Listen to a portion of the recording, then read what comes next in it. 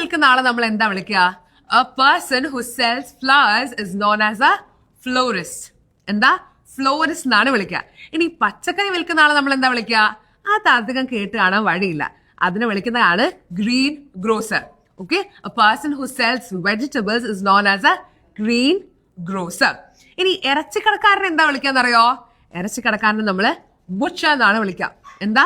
Butcher, BUTCHER. ഇനി കേക്കും പേസ്ട്രീസും ഒക്കെ ഉണ്ടാക്കി വിൽക്കുന്ന ആൾ എന്താ വിളിക്കുക? We call them a baker. A baker. That is very common, അല്ലെ?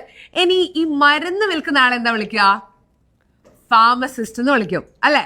മരുന്ന് വിൽക്കുന്ന ആളെ ഫാർമസിസ്റ്റ് എന്ന് വിളിക്കും. അതും ഈസിയാണ്. ഇനി മീൻ വിൽക്കുന്ന ആളെ എന്താ വിളിക്കാന്നറിയോ? We call them a fish monger.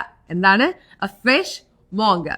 അപ്പൊ നമ്മൾ ഡെയിലി കാണുന്ന ആൾക്കാരാണ് ഇവരെല്ലാവരും. പക്ഷെ നമുക്ക് എല്ലാവർക്കും ഇവരൊക്കെ എന്താ ഇംഗ്ലീഷിൽ വിളിക്കാന്നുള്ളത് അറിയുണ്ടാവില്ല. അപ്പൊ ഇതുപോലത്തെ ഒരുപാട് കാര്യങ്ങൾ വളരെ ഈസി ആയിട്ട് ഇംഗ്ലീഷ് ഹൗസിന്റെ ഓൺലൈൻ കോഴ്സിൽ ചേരുന്നതിലൂടെ ഒരു പേഴ്സണൽ ട്രെയിനർ, ഒരു ഫ്രണ്ടിനെ പോലെ നിങ്ങളെ പഠിപ്പിച്ചു തരുന്നതായിരിക്കും. അതും നിങ്ങൾ ഫ്രീ ആവുന്ന സമയത്ത് വെറും 2 മാസം കൊണ്ട് just for rupees 3,500.